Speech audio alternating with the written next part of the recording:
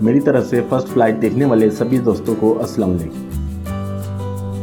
آج ہم central Asia کے ایک ایسے ملک کی سیر کرنے والے ہیں جس کا نام بھی شاید کئی لوگوں نے پہلی مرتبہ سنا ہو۔ یہ ایسا ملک ہے جہاں 900 سے زائد ندیاں اور دریا ہیں، لیکن سمندر اس کے قریب سے بھی نہیں گزرتا، اور یہاں پر شادی کرنے پر پابندی لگا دی گئی ہے جب تک یہ ٹیسٹ کلیئر نہیں کر لیتے۔ تو وہ ملک ہے تاجکستان۔ تو آج کی اس ویڈیو میں ہم بات کرنے والے ہیں تاجکستان کے بارے میں، اور آج کی اس ویڈیو میں ہم آپ لوگوں کو تاجکستان کی سیر کے ساتھ ساتھ ان سبھی دلچسپ معلومات سے آگاہ کریں گے جن معلومات سے آپ لوگ آج سے پہلے ناواقف ہوں گے۔ لیکن ویڈیو کا باقاعدہ آغاز کرنے سے پہلے تمام نئے آنے والے ساتھیوں سے میری مودمانہ گزارش ہے کہ یوٹیوب پر موجود ہمارے چینل فرسٹ فلائٹ کو سبسکرائب کرتے ہوئے ساتھ موجود گھنٹی کے بٹن کو لازمی دبا دیں تاکہ ہر نئی آنے والی ویڈیو آپ لوگوں کو جلد سے جلد موصول ہو سکے۔ تاجکستان، جس کا آفیشل نیم جمہوریہ تاجکستان ہے۔ تاجکستان کا یہ نام تاجک اور ستان سے مل کر بنا ہے، یعنی تاجکوں کا وطن، جیسا کہ ایران اور اس سے ملحقہ بیشتر ممالک کے ناموں کے ساتھ ستان لگتا ہے، جیسے پاکستان، افغانستان اور کرگستان وغیرہ۔ اس کا کل رقبہ 1,44,000 مربع کلومیٹر ہے اور رقبے کے لحاظ سے وسط ایشیا کا سب سے چھوٹا اور دنیا میں 97 نمبر پر شمار ہونے والا ملک ہے۔ 900 سے زائد دریاؤں پر مشتمل وسط ایشیا کا ایک خشکی میں گھرا ہوا لینڈ لاک کنٹری ہے۔ تاجکستان بنیادی طور پر پہاڑی ہے، اس کا تقریباً 90% حصہ پہاڑوں سے ڈھکا ہوا ہے۔ مزید بڑا ملک کا تقریباً نصف رقبہ سطح سمندر سے 3000 میٹر 9800 فٹ سے اوپر واقع ہے۔ اس ناہموار ٹپوگرافی کی خصوصیت پامر اور اعلیٰ پہاڑی سلسلوں کی بلند و بالا چوٹیاں ہیں، جس سے تاجکستان کو دنیا کی چھت کا لقب ملتا ہے۔ پہاڑی خطہ ملک کی آب و ہوا، حیاتیاتی تنوع اور ثقافتی ورثہ پر نمایاں اثر ڈالتا ہے، جو اسے مہم جوئی فطرت کے شائقین اور ثقافتی متلاشیوں کے لیے ایک پرکشش مقام بناتا ہے۔ اس کی سرحدیں جنوب میں افغانستان، مغرب میں ازبکستان، شمال میں کرگستان اور مشرق میں چین سے ملتی ہیں۔ یہ تاجک نسل کے باشندوں کا ملک ہے جن کی ثقافتی اور تاریخی جڑیں ایران اور افغانستان میں پیوست ہیں، اور یہ فارسی سے انتہائی قربت رکھنے والی زبان تاجک ہوتے ہیں۔ تاجکستان کی آبادی ایک اندازے کے مطابق 1,07,00,000 افراد پر مشتمل ہے، جو دنیا میں آبادی کے لحاظ سے 79ویں نمبر پر شمار ہوتی ہے۔ 7000 میٹر سے زیادہ بلندی پر پامیر پہاڑوں کو مقامی طور پر دنیا کی چھت کے نام سے جانا جاتا ہے۔ قطبین کے بعد 700 مربع کلومیٹر پر محیط فیرچینکو گلیشیئر دنیا کا دوسرا بڑا گلیشیئر بھی تاجکستان میں واقع ہے۔ تاجکستان دنیا کی دوسری سب سے بلند ڈیم کا گھر ہے، نوریک ریزرو واٹر پر بنایا گیا ہے۔ وسط ایشیا کا سب سے بڑا دریائے امو اسی ملک سے گزرتا ہے۔ دوشنبے ملک کا دارالحکومت اور سب سے بڑا شہر ہے۔ 7.5 لاکھ کے قریب آبادی والا یہ شہر دنیا کے خوبصورت ترین شہروں میں شمار ہوتا ہے۔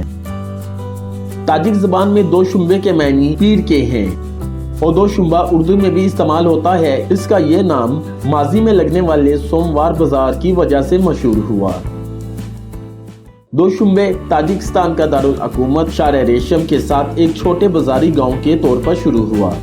یہ 19ویں صدی کے آخر اور 20ویں صدی کے اوائل میں روسی سلطنت کی حکمرانی میں بڑھی اور سوویت دور میں مزید پھیلی، ایک صنعتی اور انتظامی مرکز بن گیا۔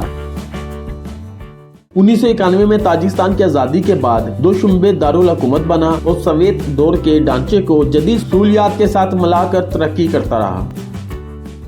آج یہ تاجکستان کے سیاسی، اقتصادی اور ثقافتی مرکز کے طور پر کام کرتا ہے۔ تاجکستان کم از کم 4 صدی قبل مسیح سے آباد ہے۔ یونیسکو کے درج کردہ آثار قدیمہ کی جگہ سارزم میں 4 صدی سے 3 صدی قبل مسیح کے آخر تک کی بستیوں کی باقیات کو دکھایا گیا ہے۔ یہ وسطی ایشیا میں قدیم ترین میں سے ایک ہے۔ یہ علاقہ تاریخ میں مختلف سلطنتوں کے زیر نگین رہا۔ قبل از مسیح میں یہ علاقہ باختر کی سلطنت کا حصہ تھا۔